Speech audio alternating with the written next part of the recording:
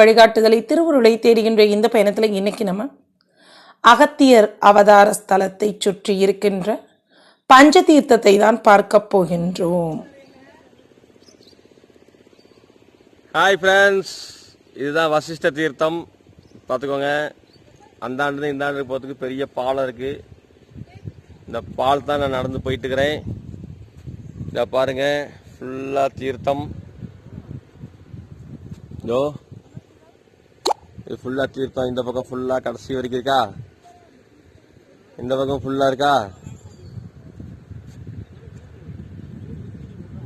இந்த அழகான வசிஷ்ட தீர்த்தத்தில் அற்புதமான ஒரு சிவ ரூபம் இருக்கும். பாக்கியராஜ் நீச்சல் அடித்து என்ஜாய் பண்ணி குளிச்சாப்புல. எங்களுக்கு நீச்சல்லாம் தெரியாது, ஆனால் தைரியமாக எவ்வளோ நாளும் ஆற்றுல இறங்கிடுவோம். சாமி நம்மளை காப்பாற்றும்ல. இந்த பத்ரா நதிக்கரையின் அமைப்பு எப்படி இருக்கும்னா, அப்படி மண்ணாக இருக்கும். ஒவ்வொன்றா பார்த்துட்டு வாங்க, அப்போ தான் நமக்கு கடைசியில் உங்களுக்கு எல்லாமே புரியும். இந்த ஆற்றுடைய அமைப்பு என்ன அப்படின்னு. சுற்றி வர மலை, நடுவில் ஆறு. ஆக்சுவலாக பார்த்திங்கன்னா துங்கா பத்ரா இந்த இரண்டு நதிகளும் உற்பத்தி ஆகிற இடம் இங்கேருந்து ஒரு 60 கிலோமீட்டரில் தான். ஆனால் அந்த மலைக்கு போகலாம், குதிரைமுக்கை அப்படின்னு சொல்லுவாங்க. அந்த மலைக்கு நம் செல்லுவதற்கு முடியலை, ஏன்னா தடை விதிக்கப்பட்டதுனால. பரவாயில்ல, வாங்க நம்ம பஞ்சதீர்த்தத்தை என்ஜாய் பண்ணி சாமியை தரிசனம் பண்ணலாம். சரியா? ஸ்டெப்ஸி இறங்கி நம்ம போகணும். தீர்த்த ஸ்நானம் பண்ணிடணும். பண்ணிவிட்டு அப்புறம் தண்ணீர் எடுத்துகிட்டு நம்ம இந்த வசிஷ்டலிங்கத்துக்கு அபிஷேகம் பண்ணணும். இப்படி தான் இருந்தது. ஆனால் நாங்கள் அந்த இடத்த எங்களால் முடிந்து கொஞ்சம் சுத்தம் செய்தோம். அதையும் பாருங்கள், அருமையாக இருந்ததுங்க. ஏன்னா அங்கே இருக்க நந்தியை பார்த்தீங்களா, ரொம்ப ரொம்ப அழகாக இருந்தார். அப்படியே அவர் சிவ கொழுந்த ரசிச்சுக்கிட்டு இருக்கிற மாதிரி எங்களுக்கு இருந்தது. அப்படியே அவருக்கு அபிஷேகம் பண்ணுறதை பாருங்கள். என்ன பண்ணினாலும் பரவாயில்லடா, நான் என் சிவக்கொழுந்தோ பார்க்குறத விடவே மாட்டேன்னு இன்னும் ஒரு ஸ்ரத்தையாக பக்தியோட இருக்காரே அப்படின்னு நினச்சிக்கிட்டோம். உண்மையில் சிவ வழிபாடு தனித்துவமானது. இறைவன் எல்லாமா இருக்கார், ஆனால் அவர் சிவரூபமாக இருக்கும் பொழுது எங்களுக்கெல்லாம் மனம் மகிழ்ந்துடும். இந்த இடத்த சுத்தம் பண்ணி நல்ல நம்ம ஊர் பாணியில் திருநீர் தணிச்சு சுவாமிக்கு அந்த சந்தனத்தை குங்குமத்தை வச்சு நொச்சி இலையை பறிச்சுட்டு அவருக்கு பூஜை பண்ணுறப்ப கிடைச்ச திருப்திக்கு ஈடே இல்லைங்க. அவ்வளோ ஒரு அமைதி. 2 மணி நேரம் ஆகிப்போச்சு இந்த வேலைக்கே. தீர்த்தத்துக்கே 2 மணி நேரம் ஆகிப்போச்சு. இன்னும் 4 தீர்த்தத்தை வேற கண்டுபிடிக்கணுமே அப்படின்னு நினச்சோம். ஆக்சுவலாக 8 கிலோமீட்டர்லேயுமே 5 தீர்த்தம். ஆனால் நம்ம ஒவ்வொரு இடமா வழிபாடு பண்ணுவதற்கு நேரம் ஆகிடும். அதுக்கடுத்த தீர்த்தம் நாகத்தீர்த்தம். இந்த நாகத்தீர்த்தம் சர்ப்பதோஷம் உள்ளவங்களுக்கு ரொம்ப ரொம்ப சிறந்த தீர்த்தம். சர்ப்பதோஷம் நம்ம உடம்பை விட்டு நீங்கும் அப்படின்னு ஒரு நம்பிக்கை இங்கு உண்டுங்க. எங்கள் அண்ணன் தான் எல்லா தீர்த்தத்துலேயும் அமைதியாக இருந்து சுவாமியை தியானிச்சிச்சு. இவ்வளோ ஒரு அற்புதமான பிளேஸ் பாருங்களேன். இந்த இடம் யாருமே இல்லைங்க, நாங்கள் மட்டும்தான். ஆனால் நம்ம அந்த நதிக்கரையில் இந்த தீர்த்தத்தை அவங்க குறித்து வச்சுருக்காங்க. அதை வச்சு இந்த இடம் மட்டும் தீர்த்தம் அப்படின்னு நம்ம குளிக்கணும். ஒவ்வொரு இடத்துல குளிக்கும் போதும் ஒவ்வொரு வித அனுபவம்ங்க. முதல் இடத்துல பார்த்தீங்கன்னா வெறும் மண்ணு தான், கல்லே கிடையவே கிடையாது. ஆனால் 2ஆம் இடத்துல குட்டி கூழாங்கல். அப்படி கண்ணை திறந்துட்டே தண்ணிக்குள்ளே இறங்குனீங்கன்னா அந்த கூழங்கல்ல தண்ணி படுறது நம்ம கண்ணுக்கு பாம்பு மேலே நிற்கிற மாதிரியே ஒரு ஃபீலை கொடுக்கும். அவ்வளோ ஒரு அருமையான அனுபவங்க. கொஞ்சம் டைம் ஆகிப்போச்சு, ஆனாலும் நாங்கள் பொறுமையாக நிதானமாக வழிபாடு பண்ணுறதே வழக்கம். அங்கேருந்து நீர் எடுத்துகிட்டு இங்கே இருக்கக்கூடிய சர்ப்பங்களுக்கெல்லாம் அபிஷேகம் பண்ணி, அங்கே செம்பருத்தி பூவெல்லாம் பக்கத்துலேயே இருக்குது. ஒரு காடு மாதிரி தானே இருக்குது, நம்ம பறிச்சா யாரும் ஒன்றும் சொல்ல போகிறதில்ல. வீடும் அந்த பக்கத்துலலாம் அவ்வளோ ஒன்றும் கிடையாது. நாங்கள் போகும்போது பப்ளி மாஸ் மரம் இருந்துச்சு, அதை நான் உங்களுக்கு எடுக்க முடியல. ரொம்ப நாளாகிடுச்சு பப்ளி மாஸை பார்த்து. அப்புறம் அதை கூட பறித்தோம்னு வச்சுக்கோங்களேன். அவ்வளோ ஒரு அருமையான திருத்தல யாத்திரை. இந்த யாத்திரைக்கு நாங்கள் வந்தது. இந்த சர்ப்பங்களுடைய குறியீடே என்ன தெரியுமா? சக்தி ஓட்டம்தான். நம்ம உடம்புல கன்ஜக்ஷன் டிப்ளக்ஷன் 2 வித சக்தி அமைப்பு இருக்கும். கன்ஜக்ஷனாக இருந்தாலும் சரி, டிப்ளக்ஷனாக இருந்தாலும் சரி, அது நியூட்ரலாக இருக்கணும். அந்த விஷயங்களுக்காக தான் அந்த சர்ப்ப வழிபாடு எல்லாமே நமக்கு.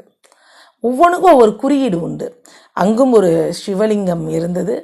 சிவரூபத்துக்கு அப்படியே அபிஷேகம் பண்ணி திருநீர் தரித்து அவருக்கும் 2 விளக்கை ஏற்றி வைத்தோம். ஆக்சுவலாக இப்போ ரெடி பண்ணியிருக்காங்க. முதையே இருந்த பழமையான சிவரூபம் கொஞ்சம் செதஞ்சு இருந்தது. இப்போ யாரோ எந்த புண்ணியமானோ ரெடி பண்ணி வச்சதுனால அங்கேயும் அவரை ரெடி பண்ணி வணங்கிட்டு மனசில் அப்படி திருப்தியோட அடுத்த இடம் எங்களான்னு கேட்டால் மேப்லேயே இல்லை. எப்படி இருக்கும்? இன்னும் 3 தீர்த்தம் இருக்கே. ருத்ர தீர்த்தம் எங்கெங்க அப்படின்னா, நம்ம போனோம் பார்த்தீங்களா இந்த நாக தீர்த்தம், அதே ருத்ர தீர்த்தம்ட்டாங்க. என்னடா அதுன்னு சொல்லிட்டு கொஞ்ச நேரம் பொறுமையாக நிதானமாக இந்த இடத்துல தான் தேடுறதுக்கு ஒவ்வொருத்தரையாக விசாரிச்சு அப்புறம் அம்பா தீர்த்தம் பக்கத்தில் இருக்குதுன்னு சொன்னாங்க. அம்பா தீர்த்தம் மேப்பில் இருந்தது, நாங்கள் போட்டோம். ஆக்சுவலாக அந்த ரோடெல்லாம் உங்களுக்கு நான் காட்டவே இல்லை, ஏன்னா அதெல்லாம் ரொம்ப கடுமையான பயணம்ங்க. அப்படி அவ்வளவு கஷ்டப்பட்டு பயணம். அப்புறம் சும்மாவா சிவக்கொழுந்தை பார்க்கணும்னா அம்பா தீர்த்தம் எப்படி இருக்குது இங்கே பாருங்கள். ஆக்சுவலாக இந்த இடத்துல அவர் வணங்குற மாதிரி ஒரு அமைப்பு இருந்தது. இங்கே இருக்கக்கூடிய சிவலிங்க திருமேனி கூட சிதைந்து இருந்தது. கவலையெல்லாம் நாங்கள் படலை. அதான் பானம் இருக்கிறதுக்கு உண்டான வழியை தான் வச்சுருந்தாங்களே, சரின்னு சொல்லிட்டு இந்த ஆற்றுக்குள்ளேயே தேடணும். பானலிங்கம் கிடச்சிச்சு. பானலிங்கத்தை வச்சு நாங்களே சிவரூபத்தை ரெடி பண்ணி வழிபாட ஆரம்பிச்சிட்டோம். நம்ம போகிறப்ப ஏதாவது தடைகள் வரத்தான் செய்யும், அதுக்காக கவலைப்பட முடியும்? சிவக்கொழுந்து நம்ம என்ன செஞ்சாலும் ஏற்றுப்பார். எப்படி? அந்த இடத்துல பானலிங்கத்தை ரெடி பண்ணி சூடம் எந்த புண்ணியமானோ யாரோ வச்சுட்டு போயிருந்தாங்க. நாங்கள் விளக்கெல்லாம் வேறு எடுத்துகிட்டு போகல. கரெக்டாக அந்த சூடம் இருந்தது, தீப்பெட்டி இருந்தது, சாம்பிராணி இருந்தது. அதை வச்சு சூடத்தை அப்படியே அந்த கூழாங்கல்ல வச்சு தீபத்தை காமிச்சு வணங்கிட்டு அப்படி பக்கத்துலேயே அடுத்த தீர்த்தத்துக்கு பயணம் செய்தோம். இந்த தீர்த்தம் மட்டும் பக்கத்துலேயே கொஞ்சம் இருக்கும், ஆனால் போகிறது கஷ்டம். ஆனால் இந்த அம்பா தீர்த்தம் அந்த பகுதி மக்கள்கிட்ட ரொம்ப ஃபேமஸ். ஏன்னா தண்ணி வரும்பொழுது ரொம்ப நல்லா இருக்குமா. இங்கே ஆபத்தான பகுதி, எல்லோரும் சொல்லி சொல்லி அனுப்புனாங்க. சுழல் இருக்கும், இழுத்துட்டு போய் கல்லுக்குள்ளே மாட்டி விட்டுருவோம்லாம்.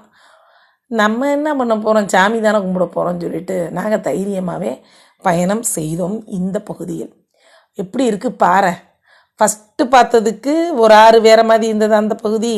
பாருங்கள், இது நம்ம பார்க்குறது 4வது இடம். இந்த 4வது இடம் எப்படி இருக்குது பாருங்கள். ரொம்ப கடுமையாக இல்லை, பயங்கரமான கல் பகுதி.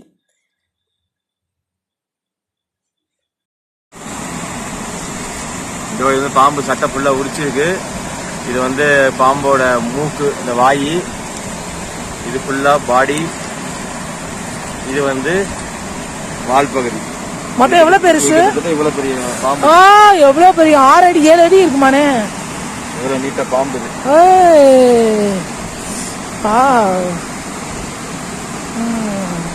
நாகப்பாம்பு. எங்கள் அண்ணன் அது பார்த்த பாம்பு சட்டையை எடுத்து இந்த நாகத்துக்கே வச்சு அங்கே சாமியை கும்பிட்டோம். அப்படியே சுற்றி வர பார்க்கும் பொழுது மனம் அவ்வளவு திருப்தி. இன்னும் ஒரே ஒரு தீர்த்தம் தான் இருக்குது. சூரியன் அஸ்தமிச்சுக்கிட்டே இருக்கார், அதை வேற பார்த்துக்கிட்டு இருந்தேன். ஏன்னா நம்ம தீர்த்த ஸ்நானம் பண்ணுறதெல்லாம் அந்த டைமிங்குள்ளே முடிக்கணும். மொத்தம் 8 கிலோமீட்டர் தான், ஆனால் அதை தேடி நம்ம கண்டுபிடிச்சி வர்றதுக்குள்ளே அவ்வளோ கடுமையாயிடுச்சு. காலையில் நாங்கள் உணவு இருந்தது, மத்தியானம்லாம் நாங்கள் சாப்பிடல, சும்மா ஜூஸு. இடையில அந்த ஒவ்வொரு தீர்த்தத்துலேருந்து இன்னொரு தீர்த்தம் போகும்பொழுது ஜூஸு இல்லை காஃபி அந்த மாதிரி தான் குடிச்சிக்கிட்டோமே ஒழிய வேறு எந்த உணவு மருந்துவதற்கு அங்கே நேரமே இல்லை. ஆனால் 5 தீர்த்தங்கள்லையுமே குளிக்கணும், அதுதான் இங்கே ரொம்ப முக்கியம். இந்த மாதிரி தீர்த்த ஸ்நானம் பண்ணும் பொழுது நமது மனம் என்னவாகும்? அமைதி அடையும். மனம் செம்மையானால் மந்திரம் ஜெபிக்க வேண்டாம் அப்படிங்குவாங்க. இப்போ நீங்கள் பார்த்துட்ருக்கிறது கோடி தீர்த்தம். இந்த இடத்துல தான் அம்பிகையும் சுவாமியும் அகத்தியருக்கு திருமண கோலத்தில் காட்சி கொடுத்தாங்களாம். இந்த இடம் எவ்வளவு அருமையாக இருந்ததுன்னா, நம்ம பார்த்தோம்ல அந்த நிலப்பகுதி மாதிரியே இந்த இடத்துல திருப்பி வெறும் மண். அதை தான் ஃபஸ்ட்டே சொன்னேன். ஒவ்வொன்றா அனுபவிக்கும் பொழுது அதோடைய வித்தியாசம் நல்லாவே நமக்கு தெரியும். இவ்வளோ ஒரு அருமையான பகுதிங்க இந்த இடம். எவ்வளவு சந்தோஷம் தெரியுமா? ஏன்னா காண்பதற்கு அரிதான ரூபங்கள்ங்க. அம்மா நான் இங்கே இருக்கேன் வாங்கம்மா அப்படின்னு சாமி நம்மளை கூப்பிட்டு காமிக்கிறாரு. எவ்வளவு அன்பு! ஏன்னா நமக்கு என்ன தேவைன்னு அவருக்கு தெரியும், எதை காமிச்சா மகிழ்வோம்னு தெரியும். அப்படிப்பட்ட இந்த இடத்துக்கு நீங்களும் செல்லுங்கள். செல்ல முடியலன்னு வருத்தமும் படாதீங்க. முதல் நாள் இரவு கோயிலில் இந்த பஞ்சலிங்க புகைப்படத்தை பார்க்கும் பொழுது கூட நாங்கள் நினைக்கலைங்க மறுநாள் இந்த இடத்துலலாம் வந்து ஸ்நானம் செய்வோன்னு. அதுதாங்க இறைவனின் பேரருள் பெருங்கருணை.